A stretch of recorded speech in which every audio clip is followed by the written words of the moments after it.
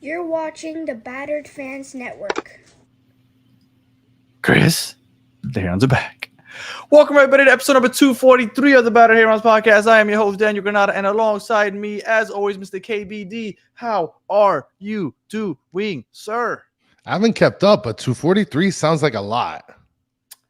It is a lot. We're almost 100 Yes. over 145. Remember 145? Yeah, I remember 145. That was 100 episodes ago, which is wild to think. Yeah, right. So, we're at 243, and we're kicking into Miami's kicking, still leading the Supporters Shield. And today we are previewing their next game against Chicago. But before we do, a little housekeeping. Two things I think we want to talk about before we get to the preview of Chicago. Right, and we do have a guest coming on for that, and we're going to give him some time to get here. First thing we want to talk about, Messi training. Now, I always said that I thought he would come back for the Chicago game, even if it was as a sub for a couple minutes. Then they said that he wasn't going to play for Argentina. I had my doubts. I'm not sure. What do you think? Are you feeling more optimistic about seeing Messi on Saturday? Now, you know he's lightly training or not? Well, I'll tell you this much. I wouldn't be surprised if they have him training just so that way Chicago can sell more seats. I told you earlier this morning. That I looked at the tickets for the Chicago game at Soldier Field, and the cheapest tickets I saw were somewhere in the 30s, 40s. Yeah, but it's a huge stadium. That's why you can find tickets so cheap. Now that's on Ticketmaster. Imagine StubHub and all these third parties. And now with Messi training on Ticketmaster. Yeah, and now with Messi training, I'm pretty sure that that they're actually going to be, selling a couple more tickets because now everybody's balls are getting tickled out there in Chicago. Possibility is for sure there. Yes, possibility for absolutely. sure. Look, and I've been predicting it for a while now. He's going to come back, play a couple minutes, and then get warmed up for Argentina. Like I said, when I found out he wasn't playing with Argentina, I was like, okay, maybe not. But he's training today. I think that there's still a chance, man. I really do. I think that there's a chance that he might play. I'm looking forward to seeing him playing again. Well, Sir Octi is going, so holding on to hope. Look, if you can buy a couple, like 2 extra tickets at $30, or if you weren't planning on going and you buy 2 tickets at $30, and then he ends up going, I mean, you either lose $60 or you make a crazy profit. So I don't know. I'm saying zero chance. I don't think there's a zero chance. It might be unlikely though. Also on and shout out to Justin Blair joining the chat. Did you know that Cincinnati calls themselves the Queen City? Yeah, it's super weird because there's I wasn't Queen aware City. of this. Well, I only knew that Charlotte was the Queen City, and then yesterday Danny Brams was throwing shots at Cincy fans for calling themselves the Queen City on the MLS podcast. So I wasn't aware of this, and I took that chance to insult Justin Blair.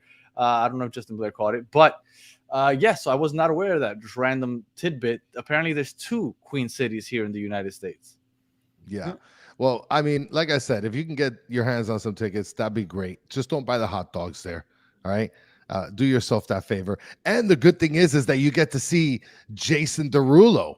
Because when I looked up the ticket prices, it shows that Jason Derulo is going to be performing the post-game concert, which, by the way, and I don't know if you want me to bring this up now or when we bring Nick on. Go for it. The fact that Chicago is bringing on Justin Derulo, right?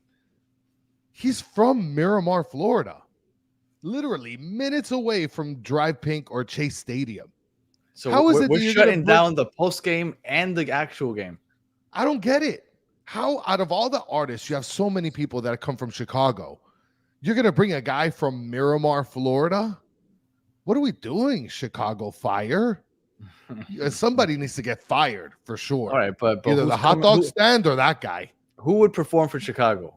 Kanye's not going to do it. And then what are you going to do? You're going to get a drill rapper? Get Lupe Fiasco. I guess Lupe is. I mean, but I wasn't even sure who that guy was until you explained it to me. So so I think it might be easier to get somebody like that because I'm not even sure who that is. Circus Fun is saying there's $10 tickets on Game Time. Mm-hmm. Look at that. All right, and now before we get into the actual preview of Chicago, one more thing. Go ahead. Yeah, right here. We're walking into it. There's a transition. Yeah, thank you for the beautiful transition there, Mike V. Mike V says I get 1 week to decide if I want to spend another 5,000 on tickets. And what the F is premium is East Premium Seats. You are East Premium Seats, my friend. Mm-hmm. So thank you, Mike V, for the beautiful transition there. We're gonna step away from Saturday's game real quick and the possibility of Messi playing. And I'm with you. I asked Chris the same question. He apparently knew. And yes, I know who Lupe Fiasco is. Yes, I do. Yeah. I'm surprised Justin Blair knows actually who Lupe Fiasco is. Honestly, Lupe, no, Justin Blair looks like he's a hip hop head. no way, Justin Blair. He No looks way. like he's got no. some Wu-Tang in his Yeah, lineup. no way. That's Blink 182 all the way. All right. When I think postseason, that's where I was going with this. When we're talking postseason, we got the email today. We officially clinched, right? Officially, so they can finally sell the tickets. Yeah. And instead of giving us the option to buy one game at a time, they basically said all or nothing. You either opt into all the playoff games or you're opting out. Yeah. I don't hate it. Now, one thing that I was saying before, like a month ago when we found out about Leagues Cup, was I was really happy that Orlando, I remember I used Orlando as a example, that they gave the prices. Like, if we make it this far, this is how much you're going to pay. If you make it to the finals, this is how much you're going to pay. Now, I don't know if Miami watches people in the front office watch the show or not. I felt like it was really nice that that's what the example we used, and they gave us that today. Yes. And we got it. And Chris, I know that you had all the images, so go for it. Yeah. So let me go ahead and pull it up, right? So for those of you who are season ticket holders, which, by the way, before I get to the images, I just want to put there, hold on. This right here is a face that has Wu-Tang in his lineup. No way. Yeah. No way. Yeah, for sure. No. So I'm going to go ahead and bring up the image that the season ticket members got in their emails. Hemi, did you mean Chief Keef? Chief, yeah, he probably did mean Chief Keef. Yes. Okay. So this is the image right here. For those of you on audio, we put the image up that the season ticket members got in their email to go ahead and opt in, or really opt out of the playoffs. Right now, as you can see, it's just the general map of the stadium sectioned off in different areas and how much the prices are. Now, in this image, the prices are a little small, right? For those of you who don't know, Daddy and I sit on the south side, which is where the sort of neon pinkish is, right? So we're going to bring up those prices right here. And the neon pink for us, South Stand, it's $70 on the right side right here. 70 on for match 1 and 2, 70 for match 3, 75 for the semifinal, and then 80 for the final. Whereas Mike V, as he complained a little bit earlier, he's sitting in those light green ones on the bottom of the screen right there. Premium. Which happens to be East Prime Midfield. And that's going bad, though. That's going for $230 a piece for the first 3 games, Danny. Then $250, then $260. He's literally midfield in like the first couple rows. I don't think that's too bad. I think that's, you know how much fair. for 5 games for 2 tickets a piece? You're looking at over almost $2,000 on those purchases. Look, and correct me if I'm wrong, and maybe somebody can. Right here, it says $70 match 1 and 2. Does that mean that you're getting both games for $70, or is it just the first game? And then if it goes to the third game, you have to pay another $70. You have to pay another $70. Okay. Yeah, so you get it's $70 for match 1 and 2 for each. Mm-hmm. There's no way they're going to give you $70 for both. I don't know. It's wishful thinking on my part. I mean, if you want to try to go through that route and sue Inter Miami, see if that works out well for you. I doubt it. Now, if you notice here on the lightest purple on the right, it says North Supporter Section. They get $60 all across the board for the entire playoffs. I'm okay with that. They're the ones that bring the atmosphere. They should probably be paying less than that, but I'm okay with them. I was actually surprised that it was up there in the 60s. But I'm actually surprised that they didn't try to gouge them. Other than that, you got the other purple ones, which are the Lego stands, northeast corner and southeast corner, 65 apiece for the first 3, 70 for the semifinal, 75 for the final. Now, Chris, so you have to opt into all your tickets. You can't just be like, hey, I have, like Mike V has 4 tickets. You can't just say like I'm gonna opt in for 2 of them. Well, I haven't checked. I haven't spoken to my rep yet. That's a good question. I'm going to ask, see if I can be able to get some answers for you. Maybe I tell them, hey, I just want to opt into 1 ticket. I don't think that that's something that you can be able to do online. That's probably something that you're going to have to hit up your rep for. Yeah. Well, I thought that it was gonna be worse. I don't think it's too bad, honestly. I don't think it's too bad. And I know why Mike V is upset because he has 4 tickets. Maybe he doesn't want to use all 4. But Mike V, look at the positive side.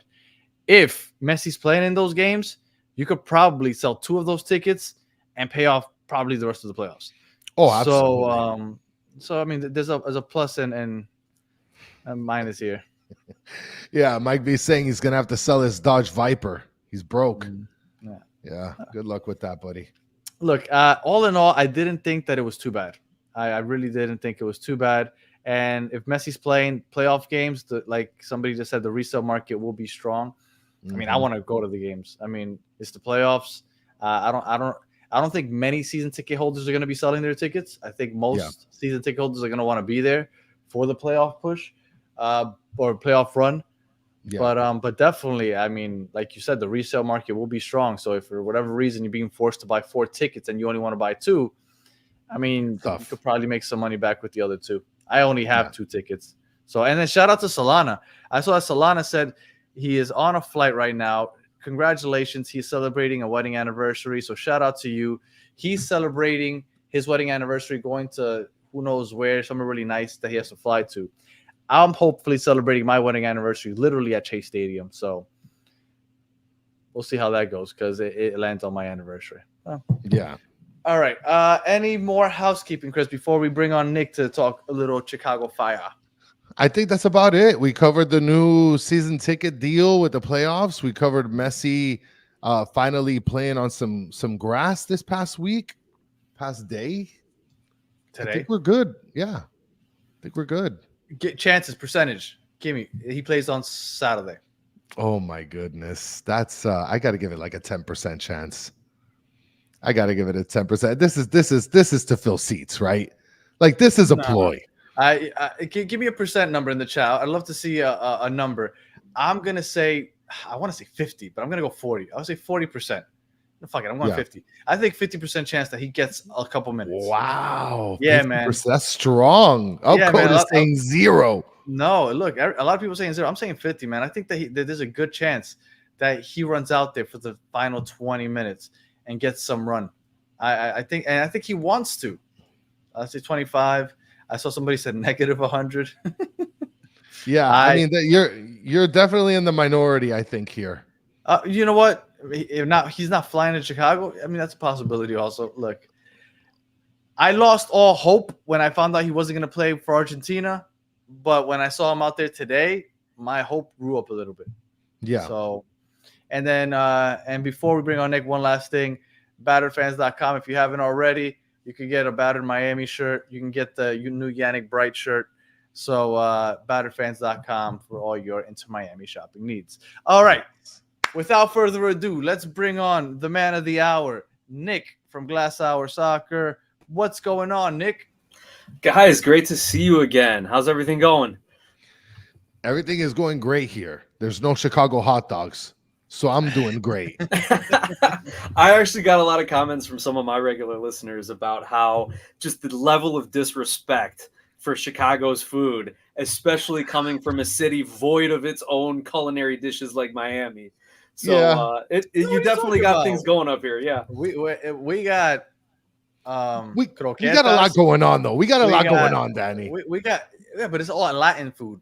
Like when you come to Miami, you expect to see just a lot of Latin food. Yeah, like I guess if you want to be specific, I guess technically it's not Miami. It's from other places in South America and the Caribbean. Yeah, but it's very inconsistent though, Danny. Like you walk down a block and you got like all kinds of different Hispanic foods. Yeah. Okay. Fine. So we don't have a nasty hot dog to call our own. Whatever. All right. Well, we kind of do. There is the Colombian hot dog, which we kind of. But it's Colombian. Yeah. Oh, you see. Yeah. That's what I'm saying. That's fair. That's fair. All right, Mike. Since we last beat you, you guys haven't been on the best run. You guys went ahead, didn't have the best Leagues Cup showing, and then you played against NYCFC, and I mean, I feel like you should have lost, but you lucked out with that 94th minute penalty when you salvaged the draw. How are you feeling over the last month of Chicago Fire football? And you finally got rid of Shaqiri. I mean, that's the biggest headline of the club in the last month plus is that Shaqiri has moved on. They mutually agreed to part ways. The one little nuance there is that this was not a buyout. They already used their one buyout this season on Kasper Shabilko at the beginning of the season. So we don't have the opportunity to re-sign another DP until the offseason or unless they kind of restructure something with Gaston Jimenez. So we can't bring in anyone else to fill that role. But they've moved on from him. If you believe the rumors that he was toxic in the locker room, that's gone. But definitely you can believe the fact that the team plays a lot better without him. But still, they struggled mightily. Looking at that New York game, that is the perfect example of Chicago, that they just came out flat, uninspired, but were somehow able to claw back with a little bit of brilliance from their DP striker, Hugo Kuipers, and a lot of luck. I don't know what Tavon Gray was doing defending like this on the corner of the box. And Chihos just chipped it up, hit him right in the arm. It's the easiest handball call you'll ever see. And they salvage a point with a 94th minute PK. But that's been the Fire. They're inconsistent. They struggle. And then they have a moment of brilliance or just something that gives them a little bit of life and a little bit of hope. And I think we're still just 2 points out of that 9th spot. That was going to be my next point. That it's wild because I feel like Chicago, New England, all these teams have been pretty bad all year long. And when you look, we literally have between the 9th place, which is Atlanta with 28 points, and 15th place, which is DC United with 26. Well, actually, there's 4 teams with 26. Literally from 9 to 15, it's 2 points separating everyone. I know a lot of people give a lot of crap like, oh my God, half the league makes it, half the league makes it. But this is the reason why half the league makes it, because it literally has the last place team and those fans can still be hoping to make the playoffs. And it keeps things interesting all the way to the end.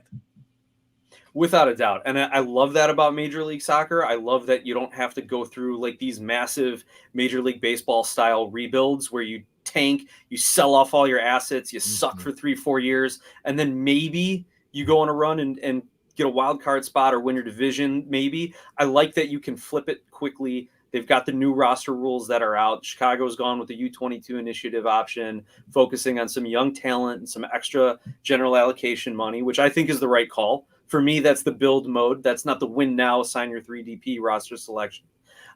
So, yeah, I love the parity. I love being able to watch your team to the end. Head coach Frank Klopas even said it in his midweek presser that it always comes down to that decision day in Major League Soccer. So this team still has a lot to play for. I would like to see them act like it, like they have a lot to play for. Start the game fast, not repeat what happened the last time we played Miami, giving up a goal in the 6th minute. So I think if they can come out fast and use the energy from the crowd, a crowd very hyped up to see Jason Derulo, as you guys correctly pointed out, if they can use that to their advantage, maybe it's a game for the first half. And then we'll see if the impact subs, and I call them impact subs just because they do change the game, whether or not it's a huge impact. It worked in NYC, but if those subs, if that second half push, if Miami's bench can match what Chicago's doing or vice versa, then maybe it's a close game in the second half. Yeah. Now, real quick, let me just address Tony go Axe a second. He said 16 of 29 make it.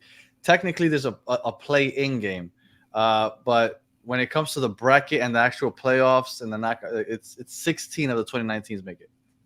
Yeah, Chris. I want to mention something because you talked about a move that was made within the past month that was pretty critical here. Yeah. Let's not gloss over one of the more recent moves by Chicago Fire, and Danny's going to love this one especially. Ariel Lassiter about to line it up with the Chicago Fire FC. Danny, are you ready for that? I mean, what does the fan base think of Ariel Lassiter joining the Chicago Fire? Danny's not a big fan. He says he loves to hit the goalpost. Body language right there. No, it's impossible to see. Personally, I like the Lassiter move. I've liked him since he started playing the league. I thought he was going to do really well with Houston, and I thought he was going to have some good opportunities with Miami, but obviously he's not a former Barcelona player, so it wasn't long for that roster. I like the move. I think a lot of Chicago Fire fans also like the move. And the way we're looking at it is when the Fire signed Chris Mueller, and he was going to be the starting winger, he was going to be out wide, taking on guys one-on-one, creating service in the center of the box, playing those crosses in. Then he had some injury trouble, hasn't really regained his full speed and his one-on-one ability. So I think Ariel Lassiter is coming in to be what we all hoped Chris Mueller would be. And that is that winger who can provide service, who can take defenders one-on-one, stretch the field wide, and make sure there's not 2 and 3 defenders around Hugo Kuipers. Lassiter plays well up the wing. Yeah. He just can't finish. That's his thing. He'll Yes. create space for others. He'll make the right runs. He just can't finish, and it's really frustrating. And he had some misses that were almost comical because it would hit off the goalie's head. It would hit off of the defender's head. Like it would literally be it's almost like if he tried to kick it where it ended up going, he probably wouldn't make it there. So it became a topic of conversation because he just couldn't finish. But he does play well in creating those opportunities. He just doesn't finish. He is. Yeah, go ahead. I was going to say, well, we're used to strikers not finishing, so maybe he's going to fit in really well. I think Kuipers is going to break that mold for us. But yeah, if he can create, 1 or 2 more opportunities for Kuipers, or now that they're playing a little bit more 2-striker system with Kuipers and Haile Selassie, or Kuipers and Yorgos Koutsias, then I think Lassiter should fit in pretty well here. I think because he's a really fast player. He's a pacey player. And he does have some good handle with the ball, and he does pass fairly well. Were you about to say with the Rock? Well, I was going to say the Rock. Yeah, I mean, it's just I typical. felt it coming. Yeah, I felt it coming. And so, I mean, in terms of that, like Lassiter, I've always told Danny, I think that Lassiter is great at creating. He's really fast. So, and that's a great thing to have on the wing. It's just about him finishing, but I think that his crossing is pretty good too. So I think it might work out, Danny. I think he might have found his place because I mean, in Montreal they put him at left wing back. So like I don't know what the hell they were doing over there. No, in Chicago he'll probably play wing back also.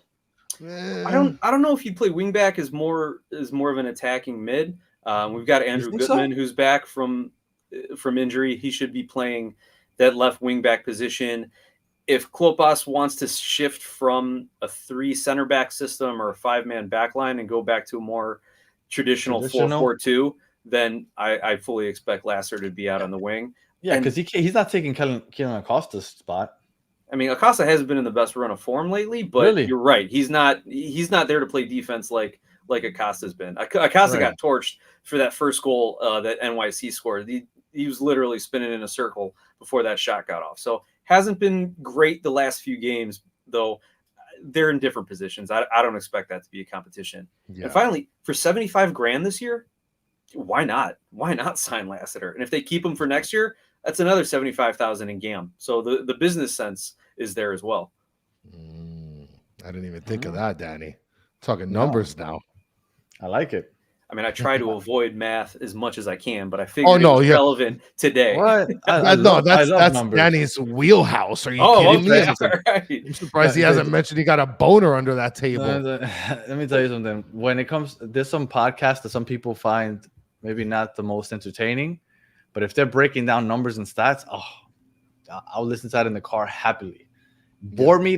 People get bored. I love it. I love numbers. So if you got more, you can throw them my way. All right, Brady. Yeah, we were giving it to Brady last game, and then we had a Chicago fan that was coincidentally sitting behind us, but he went just to see Shaqiri, and Shaqiri didn't play, and he was really pissed, and he also joined in on giving it to Brady. Yeah. Well, we were f-bombing Brady like there was no tomorrow. Now, Brady didn't seem to have a good game against NYCFC. What could you tell us about Brady? Because Chicago usually has. It's a well-oiled machine when it comes to goalkeepers. Yeah, and Brady is another one in line of great Chicago Fire goalkeeping. Absolutely. No one from Chicago, and I don't think any kind of MLS talking head types have looked at the Chicago Fire and gone, yeah, that goalkeeping Yeah, we got to work on that. Like, no one has said that throughout the season. There's been a couple of, I'd say, isolated incidents, more exceptions than rules with Chris Brady. And you saw maybe one in that NYC game. But really, you got to look at the defense. They're letting other players tee off from 16, 18 yards or getting easy headers and just one-timers inside the box. So Brady would have a lot better numbers if the defense was playing a lot better. But Right. looking at Chris Brady, no one is worried about him. No one is worried about any of his performance from the NYCFC game coming into the Miami match at all. He's been one of our best players all season. Before you ask your next question, Danny, I just want to mention Solana's on his flight, and he's pretty upset that American Airlines doesn't have any Keanu Reeves movies. You can go ahead, Danny. You can go ahead, Danny. I had to mention that. Nick, Yeah. have you watched The Matrix? I have. It's been a while, but I have, yeah. Do you like Keanu Reeves? And look, he's a nice person. I'm not talking I about. thought we were him gonna leave that personally. at the end. I heard he's a nice guy.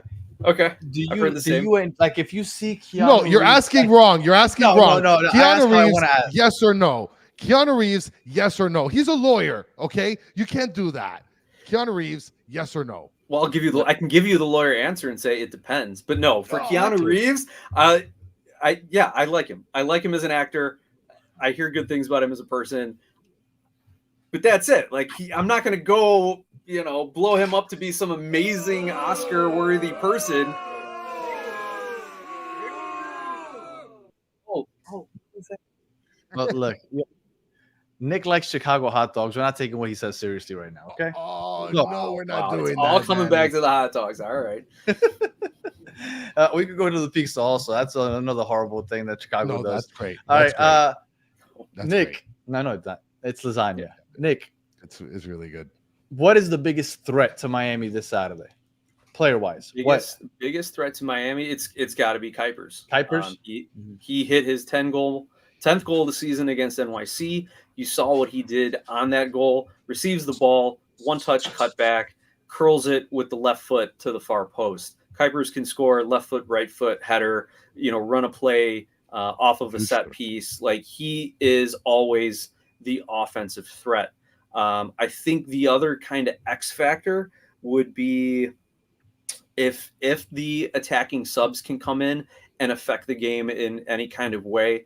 I look Chris mostly Mueller? at possibly like we saw it in that NYCFC game after Mueller came in, after Koutsias came in, the fire did pick the pace up a little bit, but I think also NYC took their foot off the gas a little bit as well. I don't expect Miami to do that. Maybe you guys will tell me otherwise. Or if Miami does, they can flip the switch and get right back into it in the 80th minute and score another couple before time's over. But to me, Kuipers is the most dangerous player. If you want to talk about the physically most dangerous player, Federico Navarro will come in and pick up a yellow card within the first 8 minutes he's on the pitch. So keep an eye on him anytime he gets a run out on the field there. But yeah, I think it's Kuipers, and if there can be any sort of rhythm with Gutierrez, Kuipers, Koutsias, Selassie, your attacking players, that's really what can beat Miami. I mean, it's definitely a threat, Danny. I mean, Kuipers is a person that at any moment can be able to light it up for them. So, well, I was looking because I like to look through the stats. Obviously, I love numbers. And the one thing that stood out to me is that you guys lead the league in penalties conceded. Oh, really? Yes. That's not surprising. I didn't know that, but that's not surprising. So, if Messi comes out there for 20 minutes, we're getting a PK. yeah. I mean, but So- Messi doesn't really take dives like I've seen a lot He of doesn't other take players in dives, MLS. but no. Messi. That's Yeah. what I like about Messi is that he doesn't dive. Yeah. But Right. Messi gets the Messi whistle. So, and you know what? Now that I think about it, Suarez does dive. Yeah, he does. Has Messi drawn any penalties? I'm saying that he's going to get a penalty, and I'm talking out of my ass because has he drawn any penalties at all? I mean, he gets all those calls in that like 20 to 25 yard range, and he's just teeing off those free kicks. But you're right. I can't think of him drawing any PKs this season. At least not since he's been with Miami. I can't imagine. I No, don't think he's drawn any. If I'm not mistaken, I think he drew one where Joseph Martinez ended up scoring on a PK. I think it was early when he was with us when he ended up drawing a penalty in the box, and then he gave the penalty to. he drew the foul for the game winner of that very first game that he played against Cruz Azul. Like, which was a but, free kick. Yeah, but a PK, I don't remember. No, Anyway, not all a right. So, Nick, I asked this question every episode. I asked you last time. I'm going to ask you again. Nick, you are a degenerate. You are putting the house on Inter Miami. But just to be sure, you're going to go up to Tata. You're going to say, hey, Tata, I got the house, but I'm going to help you out here. This is the key. This is what you do to make sure you beat Miami on Saturday. What do you tell Tata? The key to beat Miami. To beat Chicago. I'm sorry. The key to beat Chicago. Okay. So the key to beat Chicago is attack their right backs. Attack Arnaud Suquet, attack Alan Aragoni, attack Jonathan Dean, who's ever in that right back position. Aragoni likes to play a very physical style of defense. I love watching it. I think he's been one of their better signings this season and over the last couple seasons, coming over from their sister club Lugano. But he just plays so physical that some MLS refs don't like seeing it. So he can get early calls against him. He can get into yellow card trouble. Jonathan Dean has been very good considering they're paying him like league minimum coming in from the USL last season. But on par with some of these Miami attackers, I don't think he's going to be able to hold up. And I'm insulting like the entire Jonathan Dean cult. There is a whole subgroup of fans who have anointed Jonathan Dean their king, and he's just become a wild fan legend. So I apologize to the Dean fans out there, but when you have Dean, when you have Suquet at this point in the season on the wrong side of 30, formerly from the French league, like I think those guys are a big vulnerability for Miami's speed, counterattacking, and I think Suarez is going to be able to run right past them. Additionally, the back line is a little bit banged up. Carlos Turan left the New York match at halftime with an injury. I don't think he's played a full season since he signed with the Fire 3-4 years ago. So the defense is banged up. So Miami keeps the pressure. They attack the Fire's right side. You're going to get a lot of opportunities. And that's interesting because you said attack the right backs. If you're attacking the right backs, that's Jordi Alba all day. Because Jordi Alba is our attack starter really up that left side against the right backs. So maybe Jordi Alba is going to have a big day. I mean, Jordi Alba scored against them the game winner, right? Because we were winning 1-0. Chicago tied the game 1-1, like in the 75th minute, give or take. And then Jordi Alba scored like a minute or two right after. So maybe Chris has become obsessed with betting on the team. Please don't bet on them. But if you are going to bet for anybody else other than Chris, Jordi Alba might be a safe bet to get an assist or a goal. I can't make money. I can't make money. You jinx us every time you bet. You're horrible. I bet. Listen, I bet in the last game, and I won $100 off of a 2-game parlay. Whoa! I had Inter Miami and Dallas. It was a $10 bet that got me $100. How about that? All right, well, that's not a bad ROI. Look at that, Danny. So I guess it's prediction time. So do you want to start off, Chris, or Nick? Do you want to start off? No, let's have Nick introduce his prediction. What's the prediction going to be, Nick? Yeah, you want the analysis or just to blurt it out right now? Just blurt it out. What's the prediction? Just blurt it out. 3-2 Miami. Okay. That's a competitive game. That's a competitive game. That's a good game. I think with the home crowd in Chicago, with what they did against New York, we heard from Klopas midweek. He's like, we got to start faster. We have to play better early on in these games. But I think the defense is suspect. So I'm thinking. Do you think it's going to be a sellout or close to a sellout? It probably won't be a sellout, but you think it'll be close to a sellout? They've been averaging around 20,000. So they released 25,000 for the regular games. I don't know if they've released some of the upper deck tickets. Soldier Field holds 61.5. They've been pushing a lot. Once Messi got injured, ticket prices from the club dropped to like $30-$40 for the upper deck. So I really do think they released the full stadium.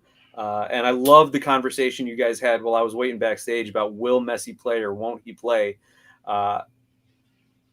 But yeah, I think they'll have a solid 20,000-25,000 there to see the match.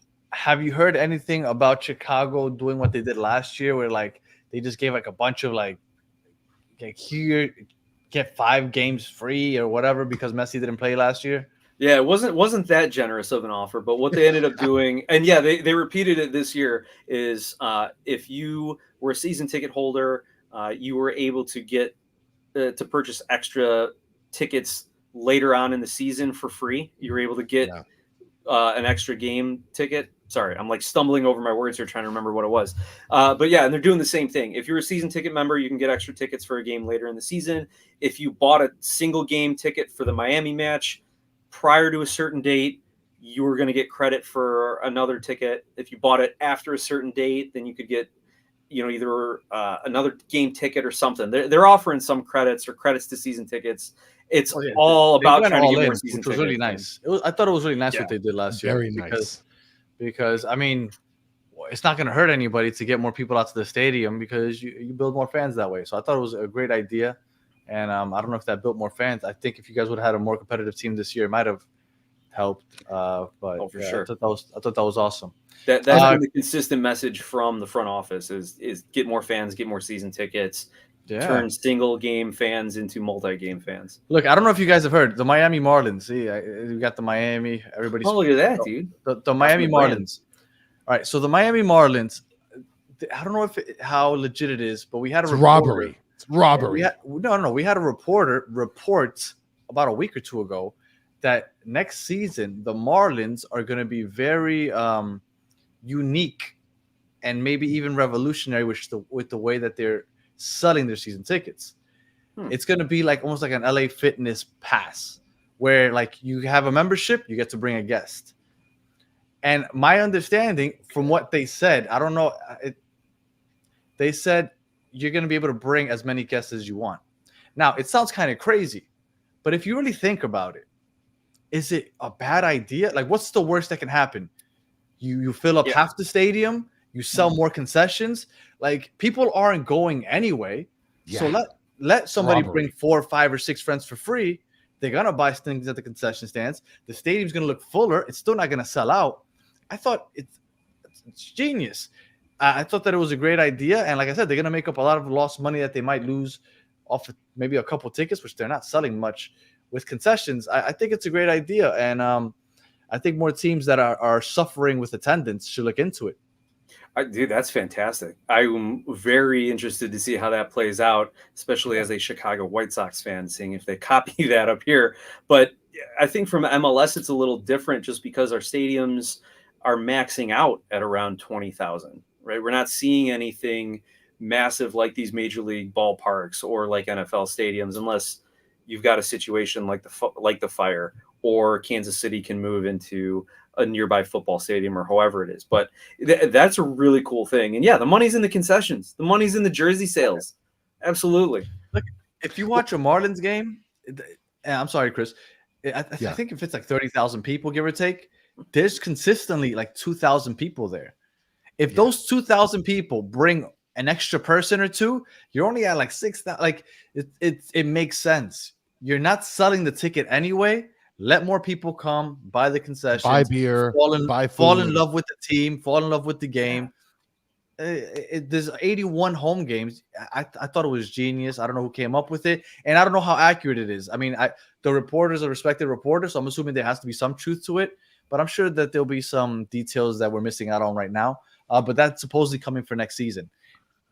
Well, and you brought up the White Sox here, Nick, and I know you say you're a White Sox fan, but let's go north here for a second and talk about Steve Bartman, because I can get seats where Steve Bartman sat at. I mean, he didn't sit at Miami Park, but I can go watch the Marlins in the same right on third baseline for like $8-9. That's how much those seats are going for right now. In April, the Angels came down here in April, and you could sit behind home plate, row like 8 or 10, and you're watching Mike Trout, which is one of the greatest players of all time, and you could watch him for like $15 behind home plate. Like, it's ridiculous down here. It's sad, but you could take advantage of it if you're a real baseball fan.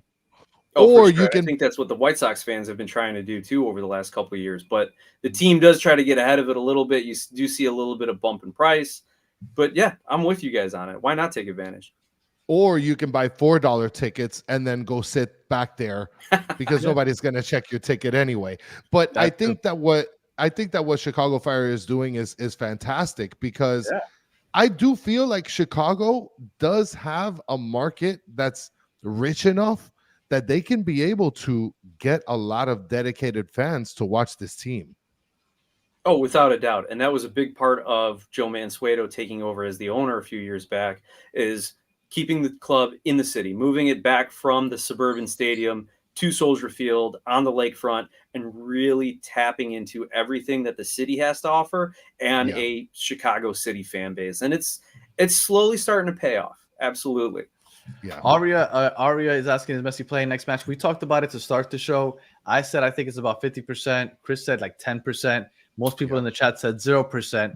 And that leads me to the next comment. When do they travel to Chicago? They'll probably travel on Friday. So on Friday, we'll find out. Because if Messi's not playing, Messi's not traveling.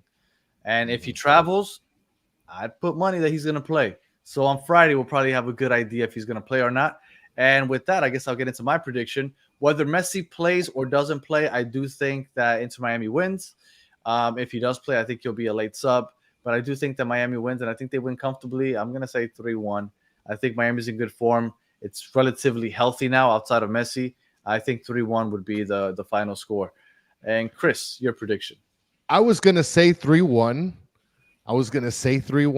And be responsible, but I think I'm just going to exaggerate now, and I'm going to say 5-1. 5-1, even if Messi doesn't play. I'm just going to exaggerate. I might as well just own up to it, Danny. Real quick, I know that you are a White Sox fan, not a Cubs fan, but regardless, I brought this up real quick. I found this image. Oh boy. And apparently, no, it's not bad for you. St. Louis Cardinals, apparently they're suffering with attendance also. People are killing MLS for their attendance, right? Leagues Cup, horrible attendance. They still have like 15,000 people, but everybody's killing until the semifinals. Then they were selling out. No, and even when they were playing League MX teams over there in San Jose and LA, they were selling out. But people killing it, right? And then people kill me when I say that MLS is going to take over the Major League Baseball very soon. I think it's going to happen in the next 5 to 10 years. Yeah. Do you want to see what the prices for the St. Louis are going for right now? Oh, please. Nick, give me a guess. Show me your St. Louis season tickets or single game? No, just a single game ticket. A single game St. Louis Cardinal ticket. Let's say what, like outfield bleacher seat maybe? Like I'd say 25. I'll tell you right now what seat it is before I pull up the picture. I just don't want to pull it up and give it away. Yeah. And section 271. I don't know where that is. Row 1. Hold on, let me look that up. So you said it's the Cardinals. I got you, because I'm going to show it to you in a second. Let me, assuming it's like second level, but very, very first row.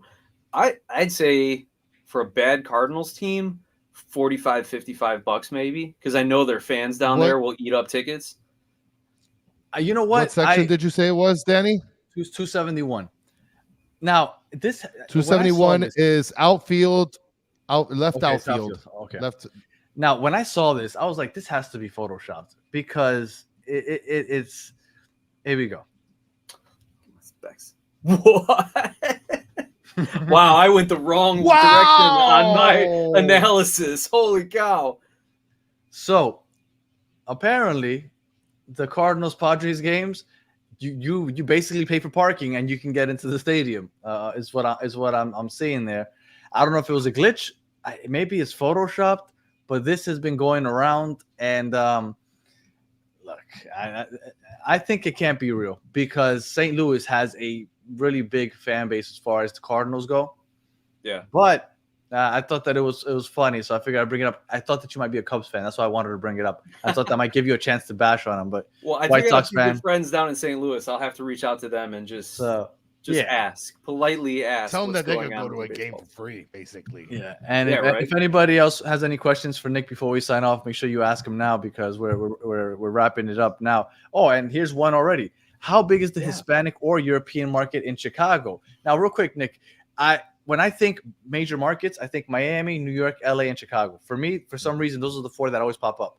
But Yeah. for some reason, I look at Chicago as the least desirable of the four, and I want to say it's because of the weather. Do you agree that out of the four, it's probably the least desirable? And then you can answer this question. Yeah, I would agree with you that it is the least desirable of those. Not personally speaking, Right, of but course. based on if I'm putting myself in the shoes of some pro athlete who wants to come sign with the Fire or the Sox or whoever it is, all other things aside, you don't want to live here for 3 months of the year.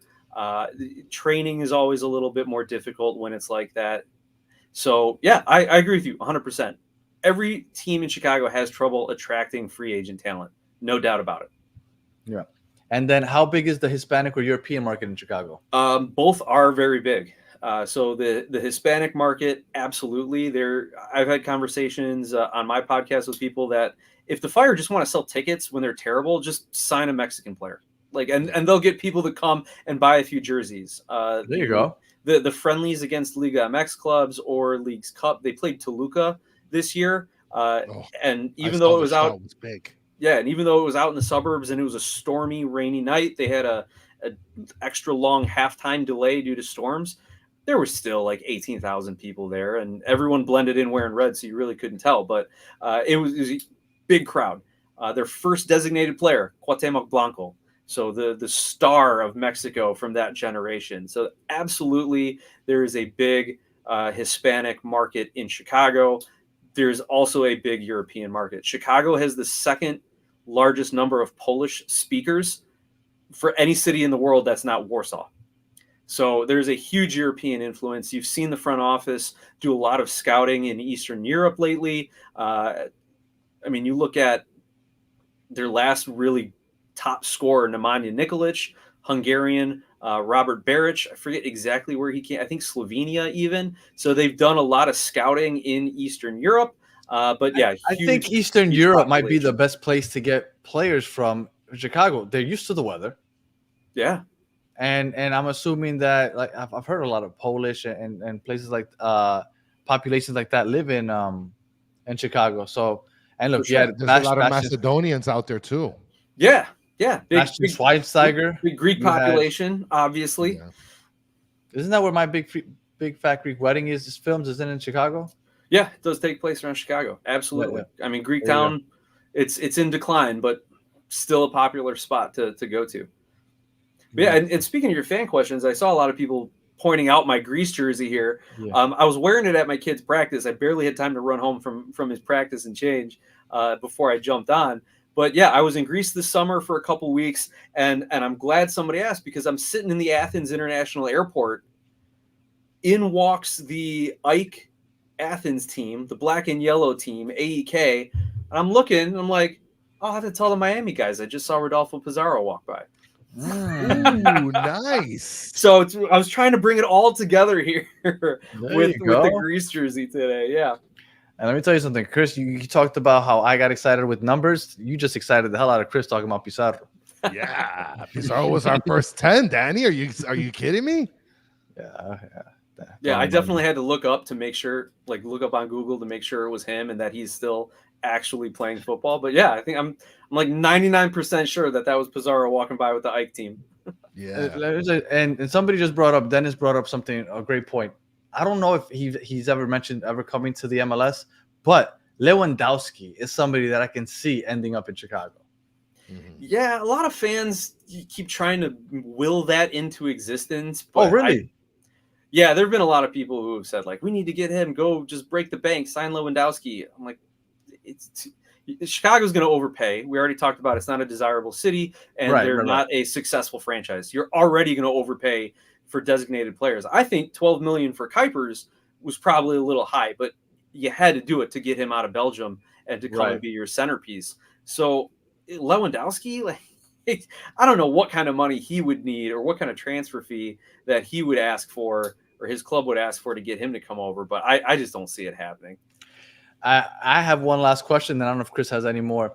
Well, I don't know if you saw Justin Blair had a question that you starred. Oh, that's right. Let me bring that back before I forget that one.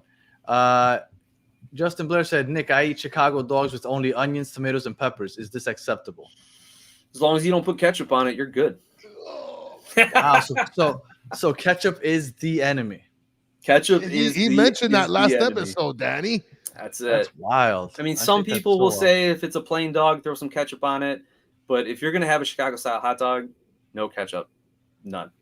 And I think someone pointed out when I said it last time, I said, oh, yeah, the bun with the sesame seeds. I was wrong. It's the poppy seeds, not sesame seeds. So I got to make a retraction from my last appearance. I don't even know what to make sure you guys don't think even worse about my food. My question was, you said there's 3 months out of the year that you don't want to live in Chicago. What months are those? Yeah. Is it December, January, February? Absolutely. Okay. Yeah. So my question is, get the holiday spirit and then leave. That's what you want to do. Because my question is, like, I get Soldier Field for the Bears playing football, gridiron, frozen tundra in Green Bay. But when you're playing football or soccer, I can't imagine anybody wants to play in horrible weather. The championship game. Now, I know you guys have never hosted it, but like, how bad would that be? Yeah, it would be pretty terrible, especially with the stadium being right on the lakefront, right there on the southern tip of Lake Michigan. Yeah, it'd be unbearable. And my dad had gone to a couple playoff games when the Bears actually had a good team, and he's like, we were freezing up there. Like even the beer, if you're in the up 400 levels and you're holding your beer up, like your beer's starting to frost over. He said, like, it's cold during those winter months in Chicago. And it's a different mentality when the Bears are playing, for sure. Shout out to JV. We hosted the Open Cup. I know, but the Open Cup is played. The final is played in September. That's why I was asking about the MLS Cup. But yes, they have. And I think not only hosted it, but they've also won a few Open Cups. Yeah, and I think that Open Cup final was in Bridgeview at that time? I can't. If it was early enough, it might have been still in Soldier Field. I forget exactly what year they started playing in Bridgeview. But yeah, Fiverr got 4 Open Cup trophies to their name. Yeah. Shout out to Alejandro. Yes, Alejandro, thank you for the super slam saying this guy was cool until he destroyed hot dogs. I listen, I don't get it either, but that's law. That's law. It's on the books. Okay. We'll prosecute. Yeah. All right, and Cuppers. All right. I think that's it. I don't know if you want to ask Nick any questions. No, he was on with us a month ago, so I think he's heard them all. He's heard them all. Question. You gave him the Keanu Reeves one already. I mean, the most recent one, Nick. Who you going with here? Will Ferrell or Adam Sandler? Even though I think I know the answer. Or Adam Sandler? Yeah, you know the answer because it's the only one right answer. But yeah, Sandler. Sandler. Oh. I'm going. Mm-hmm. The 90s SNL over all others, without a doubt. He has the best catalog of movies. Like, come on, man. I was just telling Danny, the problem with Will Ferrell is either you love him or you hate him, right? It's like he's. I really, really like Will Ferrell, but if you give me one or the other, I'm going Sandler. I'm saying. So, and the reason this started is because I said I'd rather watch an Adam Sandler movie over a Keanu Reeves movie. And then I don't know why he randomly decided to throw Will Ferrell. Yeah, because you picked Adam Sandler out of all the comedian actors. Like, get out of here. Just a peek behind the curtain, Nick. If you ever hear me and Chris just talking on just a regular basis, we're just arguing about random crap that Chris, for some reason, likes and I think is stupid. And that's usually how their conversations go. The basis of a solid friendship. That's what that is. There you go. And the problem is, I just cement myself in it. I don't move. I know. That's what's so annoying. He digs his heels in, even though he's like, you know what? I might be wrong, but I'm gonna keep going. Yeah. Oh, dude, you want to come work for my legal team here? Like, we could use that. We're paying nothing on this claim, and by nothing I mean nothing. Good luck. All right. If you don't have anything else, Chris, let's let Nick plug Glass House Soccer. Well, thank you guys. It's always fun jumping on the banter, the talk, the off the pitch stuff too. But if anyone else wants to come join my podcast, it's the Feed the Fire podcast on the Glass House Soccer YouTube channel. It's also wherever you get your podcasts, and I'm on social media at Glass House Soccer. So hopefully we can hear from some Miami fans, your takes after the match, and how terrible my prediction was. So we can go from there. No, I think your prediction was pretty on point. I think that very fair. Yeah. Oh, thanks. I mean, you said Miami was going to win, so. Yeah, I know my audience here, so we're going to go with that. And Florida, man, Shout out to you. Love the shirt. Yes. And if you want it, put the link, batterfans.com. That and a lot more. All right. Chris, any final words? You get a yellow card for your thoughts today, Danny. Thank you. Thank you. There will be no show tomorrow. The next show will be Saturday post game. There's a solid chance. I think things are happening. I think things are cooking. There's a solid chance that I won't be there for that because it feels like the wife is finally ready to go. Things are happening. So I'll see you guys in with a new baby. Yeah, in a couple of weeks. I'm gonna take Congrats, a week or two from recording. So I'll see you guys in a while. In the meantime, enjoy Chris's horrible ass and Solana and Xavi the Vos, and that's about it. So if you are listening on audio, we appreciate you listening all the way to the end. Please leave us 5 stars, comment, review, all that other good stuff. If you're watching on YouTube, thank you for watching all the way to the end. Please like, subscribe, share, tell your friends that there's another Into Miami show out here that does it 3, 4, 5 times a week. And we aim to entertain. We talk X's and O's, we talk tactics, but we aim to entertain. Hope you guys have fun. And as always, the chat, you guys are the best part of the show. We appreciate you hanging out with us for the last 55 minutes. And we'll be back on Saturday, or Chris will be back on Saturday. If I'm back on Saturday, I'm going to get really mad at this girl because she's just making me wait. But we'll be back on Saturday for the post game, and we'll see you then. So until the next one, have a good one.